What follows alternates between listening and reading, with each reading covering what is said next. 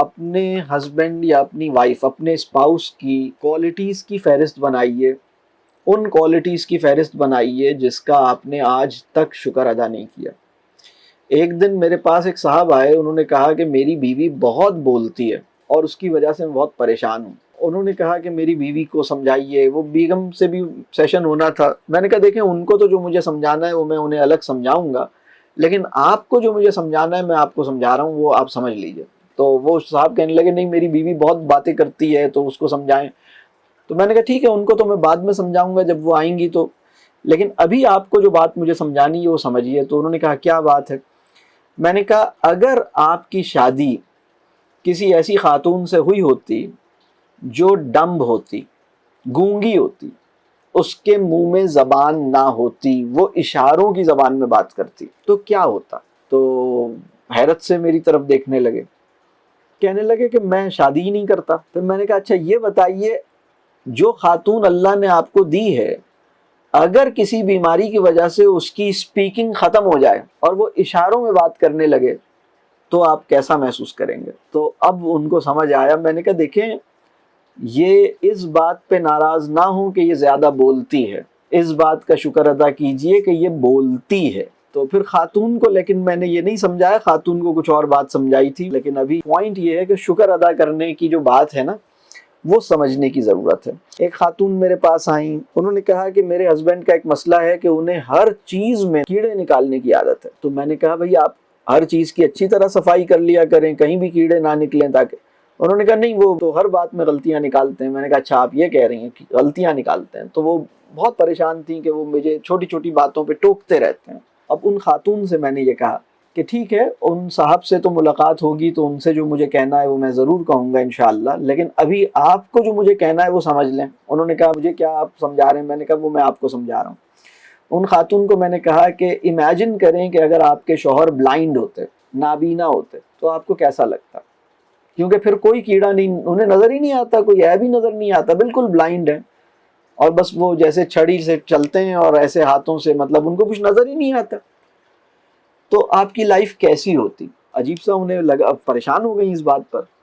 پھر میں نے کہا اچھا دوسرا امیجنیشن کر لیتے ہیں کہ اگر اللہ نہ کرے ان کی بینائی ختم ہو جائے تو پھر انہیں کوئی بھی خرابی نظر نہیں آئے گی، جن چیزوں پہ وہ ناراض ہوتے ہیں، غلطیاں نکالتے ہیں، کوئی عیب ہی نہیں نظر آئے گا۔ تو کہنے لگی میں نے کبھی ایسے سوچا نہیں تھا۔ تو میں نے کہا دیکھو وہ غلطی نکال رہا ہے، یہ اس بات پہ ناراض نہ ہو، اس بات پہ اللہ کا شکر ادا کرو کہ تمہارے شوہر کو اللہ نے آنکھیں دی ہیں جس سے وہ دیکھتے ہیں تمہیں، مطلب یہ بھی تو ایک احساس ہے نا۔ اگر ان کی آنکھیں ہی نہیں ہوتی تو تمہیں کیسا لگتا کہ تمہارے شوہر نے کبھی تمہیں دیکھا ہی نہیں، مطلب کیسا لگتا؟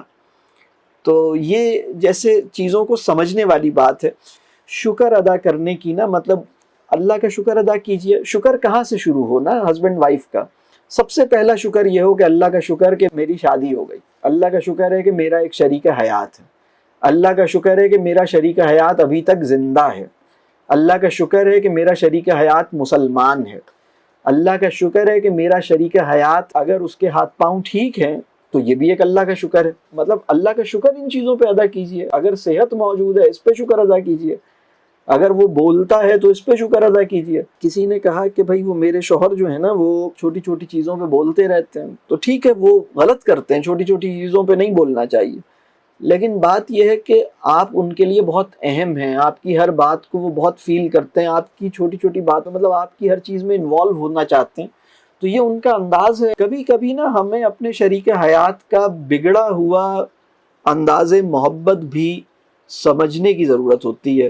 مطلب کبھی کبھی ہمیں اپنے شریک حیات کی شخصیت میں کوئی ٹیڑھا پن نظر آتا ہے، لیکن ایسا ہی ٹیڑھا پن ہمارے اندر بھی موجود ہوتا ہے، تو ہمیں اس کو بھی سمجھنے کی ضرورت ہوتی ہے۔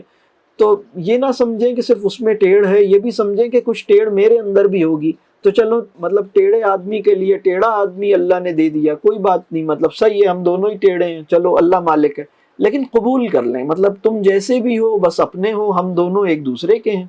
تو یہ جیسے ایک دوسرے کو قبول کرنے کا جذبہ پیدا کریں۔ میں تو یہ کہتا ہوں کہ 3 دفعہ قبول ہے کہنے پہ یہ رشتہ پیدا ہوا تھا، لیکن قبول ہے کی اسپرٹ سے خالی رہ جانے کے نتیجے میں یہ تعلق خراب رہ گیا۔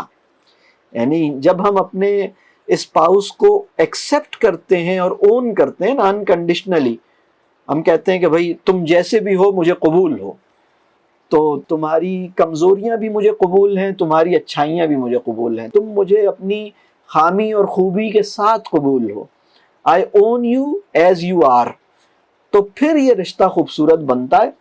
تو رشتہ قائم ہوا تھا قبول ہے کہنے پر، اور رشتہ خوبصورت ہوتا ہے قبول ہے کی اسپرٹ کو فالو کرنے سے۔ تو یہ جیسے شکر ادا کرنے والی بات ہے، شکر ادا کرنے میں 2-3 کوسچنز اور بھی، جیسے ایک یہ ہے کہ بھائی اگر یہ بندہ زندگی میں نہ آتا تو آپ کہاں ہوتے، اسی طرح آپ ان کی جگہ ہوتے تو کیا ہوتا، مطلب آپ کیا کرتے۔ بہت سی چیزوں کو سمجھنے کے لیے کبھی کبھی یہ بھی سوچا کریں کہ ان کی جگہ پہ جا کے سوچا کریں، اس سے بھی شکر پیدا ہوگا کہ دیکھو اسے اتنی چیزیں کرنی پڑتی ہیں۔ بہت سے مردوں کو اگر ایک دفعہ یہ سوچ لینا کہ اگر وہ عورت ہوتے اور اللہ نے مطلب ان کے اوپر وہ ذمہ داری ڈالی ہوتی جو عورت پہ ڈالی ہے، تو ان کے لیے کیا چیلنجز آتے۔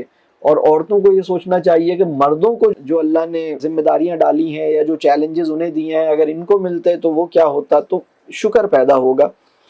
اور اسی طرح شکر کا ایک اور پہلو یہ ہے کہ اپنے احسان جو ہے نا، قربانی اگر دے دی ہے تو اس کو فیل نہ کریں، احسان جتائیں نہیں۔ یہ بھی ناشکری ہے کہ اگر آپ نے کوئی اپنے شوہر یا اپنی بیوی کے لیے کچھ کیا ہے تو اس کو جتاتے ہیں، مطلب احسان جتاتے ہیں، اور قربانی دینے کے بعد اس کو بس یاد کرتے ہیں کہ ہائے میں نے تو یہ کیا آپ کے لیے، آپ نے یہ نہیں کیا۔ آپ نے جو بھی کیا اپنے شریک حیات کے لیے آپ نے اپنی خوشی سے کیا، آپ اس کو انجوائے کریں، لیکن جو آپ نے کیا ہے اس کے اوپر مطلب ایسی قربانیاں دے رہے ہیں جس کا دل نہیں ہے، جس کو بھول نہیں سکتے، تو پھر یہ بڑی عجیب سی بات ہے۔ یا تو نہ دیں قربانی، اور اگر دی ہے تو بھول جائیں، تو اس کو جتائیں نہیں۔ قربانی دینے کے بعد بھی اللہ کا شکر ادا کریں کہ اللہ کا شکر ہے کہ میں نے اپنے شریک حیات کے لیے یہ کیا، ان کا سر دبایا، ان کی ٹانگیں دبائیں، ان کی خدمت کی، چاہے بیوی کی چاہے شوہر کی، ان کے لیے یہ کیا، ان کے لیے میں نے اپنے آرام کو قربان کیا۔ تو اس بات کو جیسے جتانے کی ضرورت نہیں ہے، اس کا شکر ادا کرنے کی ضرورت ہے، اور اس پہ ریگریٹ کرنے کی ضرورت نہیں ہے۔